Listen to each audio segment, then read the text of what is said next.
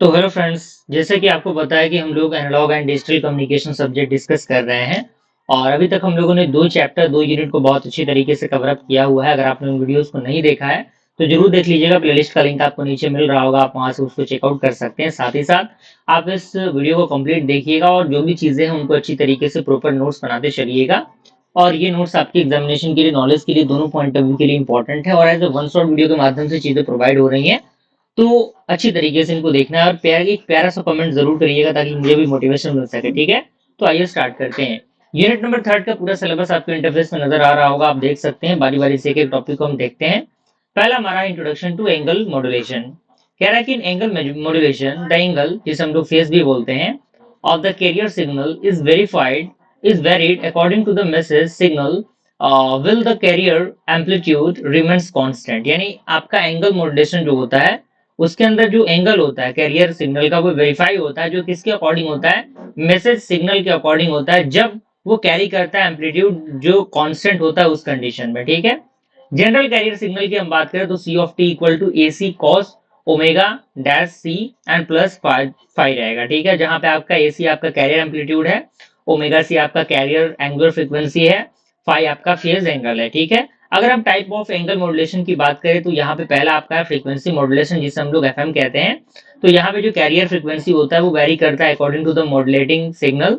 And दूसरा हमारा phase modulation, जिसमें आपका कैरियर फेज जो होता है वो वेरी करता है according to the modulating signal. ठीक है, अगला हमारा आता है फ्रीक्वेंसी मॉड्यूलेशन। डीप में हम इसे समझते हैं।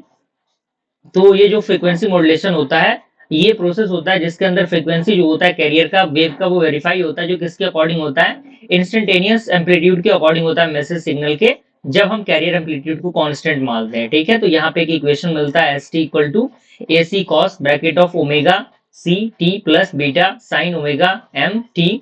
ओके, जहाँ पे ए सी आपका कैरियर एम्पलीट्यूड है, डब्ल्यू सी आपका ओमेगा सी जो आपका है वो कैरियर एंगुलर फ्रीक्वेंसी है, डब्ल्यू एम आपका ओमेगा एम आपका मॉड्यूलेटिंग एंगुलर फ्रीक्वेंसी है, बीटा आपका एफ एम मॉड्यूलेशन इंडेक्स है। ठीक है, अगला हमारा आता है फ्रीक्वेंसी डेविएशन। तो यहाँ पे इसका डेफिनेशन दिया है, कह रहा है कि maximum change in carrier frequency from its unmodulated value. यानी ये मैक्सिमम चेंज होता है जिसके अंदर कैरियर फ्रीक्वेंसी होता है जो कि अनमॉडल्ड वैल्यू के अकॉर्डिंग होता है। तो यहाँ पे फॉर्मूला होता है del F equal to F max minus F C. ठीक है, जहाँ पे एफ सी आपका कैरियर फ्रीक्वेंसी, एफ मैक्स आपका मैक्सिमम इंस्टेंटेनियस फ्रीक्वेंसी होता है, जिसका यूनिट क्या होता है? हर्ट्ज होता है। अगला हमारा था modulation index of FM.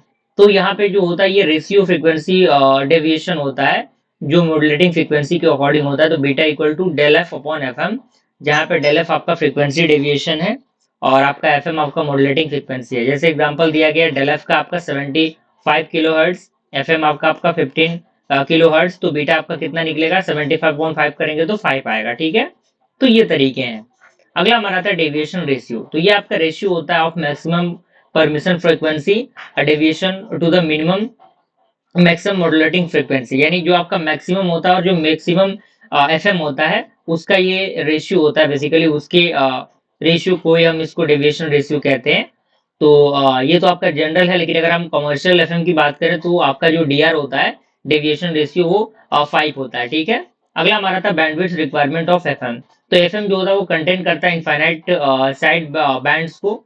And practical bandwidth जो होता है वो डिटरमाइंड होते हैं किसके द्वारा? कैर्जोन्स रूल के द्वारा। तो कैर्जोन्स रूल आपका होता है B W equal to 2 del F plus F M, और बी डब्ल्यू आपका 2 F M and beta plus 1 होता है। ठीक है, यहाँ पे आप कुछ कंडीशंस दिए गए न्यूमेरिकल के। यदि आपका डेल एफ आपका 75 किलो हर्ट्ज है तो एफ एम आपका 15 किलो हर्ट्ज है, तो बी डब्ल्यू आपका क्या होगा? तो putting the value getting the result, आपको रिजल्ट यहाँ पे मिल जाएगा। अगला हमारा था type of FM. Type of FM यानी ये कितने टाइप के होते हैं, तो अलग अलग टाइप के एफएम दिए गए हैं। पहला आपका आता है नैरो बैंड एफएम, जो कि आपका एमबी एफएम हम इसे कहते हैं। तो इसका कंडीशन होता है कि जो बीटा होता है वो 1 से छोटा होगा। कैरेक्टरिस्टिक्स का ये कि इसका स्मॉल बैंड विड्थ होता है ये, और ये लेस साइड बैंड कैरी करता है। ये यूज होता है मोबाइल कम्युनिकेशन के अंदर। अगला हमारा था वाइड बैंड एफएम, जिसका कंडीशन है कि बीटा जो होता है वो ग्रेटर देन 1 होता है। कैरेक्टरिस्टिक्स का ये है कि ये लार्जर बैंडविड्थ कैरी करता है, ये बेहतर नॉइज इम्यूनिटी के लिए यूज होता है, और हाई फिडिलिटी यहाँ पे होती है। एंड ये यूज होता है एफएम ब्रॉडकास्टिंग के लिए। अगला हमारा था फेज मॉड्यूलेशन। तो जो आपका पीएम होता है उसके अंदर जो फेज होता है कैरियर वेव्स के, वो वेरी होते हैं, जो अकॉर्डिंग होता है किसके? मॉड्यूलेटिंग सिग्नल के। ठीक है, तो एफएम का इक्वेशन बनता है S T equal to A C cos omega C T plus K P M T. Okay, जहाँ पे आपका केपी आपका फेज सेंसिटिविटी कांस्टेंट है, एमटी आपका मॉड्यूलेटिंग सिग्नल है, ठीक है। अगला हमारा आता है difference between different type of FM and PM. तो यहाँ पे कुछ चीजें दी गई हैं, जैसे कि आपका quantity varied, modulation index, noise immunity, bandwidth, circuit complexity, frequency derivation, सारी चीजें दी गई हैं और इसके डेफिनेशंस आपके सामने दिए गए हैं डिफरेंस के। अगला हमारा आता है मेथड ऑफ एफएम जनरेशन, यानी एफएम जनरेशन का मेथड क्या है। तो पहला आपका आता है डायरेक्ट मेथड। ये फ्रीक्वेंसी होता है जो डायरेक्टली वैरी होता है according to the voltage controlled oscillator. And block diagram दिए गए हैं, जैसे मैसेज सिग्नल जो होता है वो वीओसी यानी जो आपका वोल्टेज कंट्रोल ऑक्सिलेटर होता है उससे, और देन उसके बाद आपका एफएम आउटपुट जो होता है वो मिलता है। एडवांटेज ये कि ये काफी सिंपल होता है और इसका इम्प्लीमेंटेशन आसान होता है, और डिसएडवांटेज ये कि फ्रीक्वेंसी इनस्टेबिलिटी यहाँ पे होती है। दूसरा हमारा था इनडायरेक्ट मेथड, जिसे हम लोग आर्मस्ट्रॉन्ग मेथड भी कहते हैं। तो एफएम जो होता है वो जनरेट होता है थ्रू द फेज मॉड्यूलेशन, और इसका ब्लॉक डायग्राम आपको इस तरीके से बनाना होगा।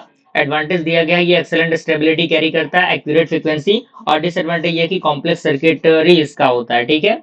अगला हमारा था एफएम डिमोडुलेशन। तो डिमोडुलेशन का मतलब होता है रिकवरी होता है और रीजनल मॉड्यूलेटिंग सिग्नल का फ्रॉम द एफएम वेव। अब इसके अंदर अलग अलग चीजें होती है, जैसे कि स्लोप डिटेक्टर। तो ये कन्वर्ट करता है फ्रीक्वेंसी को, जो वेरिफिकेशन जो आपका फ्रीक्वेंसी वेरिएशन होता है उनको एम्पलीट्यूड वेरिएशन में कन्वर्ट करता है। वर्किंग इसका ये कि जो एफएम सिग्नल होता है वो अप्लाइड होता है to tune the circuit. And दूसरा हमारा था frequency charges produce amplitude changes, and detector जो होता है वो एग्जैक्ट करता है मैसेज सिग्नल को। एडवांटेज दिया गया ये काफी सिंपल होता है। डिसएडवांटेज ये कि इसका जो लिनियरिटी होती है पुअर होती है और इसकी एफिशिएंसी लो होती है, ठीक है। बी पार्ट हमारा है फोस्टर सेली डिस्क्रिमिनेटर। तो इसका प्रिंसिपल है कि ये यूज करता है फेज डिफरेंस को बिटवीन द वोल्टेज।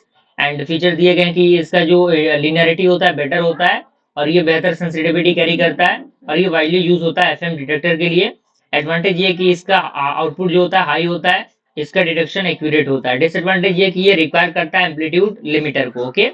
अगला हमारा आता है रेशियो और डिटेक्टर। तो इसका प्रिंसिपल दिया हुआ है कि ये मॉडिफाई करता है किसको, फोस्टर सीली डिस्क्रिमिनेटर को।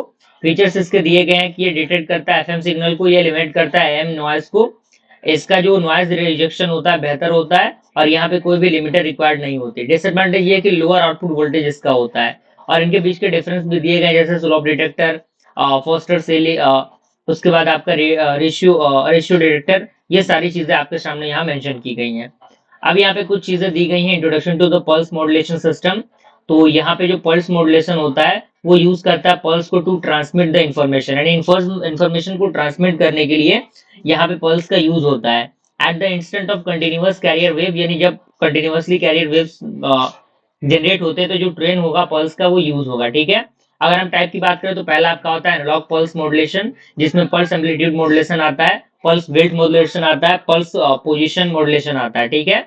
दूसरा आता है डिजिटल पल्स मॉड्यूलेशन, जिसके अंदर पीसीएम, डीपीसीएम, डेल्टा मॉड्यूलेशन आता है। एडवांटेज इसका ये है कि ये बेहतर नॉइज इम्यूनिटी कैरी करता है और ये सुटेबल होता है डिजिटल कम्युनिकेशन के लिए, और इसके अंदर मल्टीप्लेक्सिंग आसान होता है और इसकी रीडेबिलिटी काफी हाई होती है। डिसएडवांटेज ये है कि ये लार्ज बैंडविड्थ के लिए रिक्वायर्ड नहीं होता, कॉम्प्लेक्स सर्किट इसका होता है और सिंक्रोनाइजेशन की जरूरत यहाँ पे पड़ती है। तो ये आपके डिसएडवांटेजेस हैं।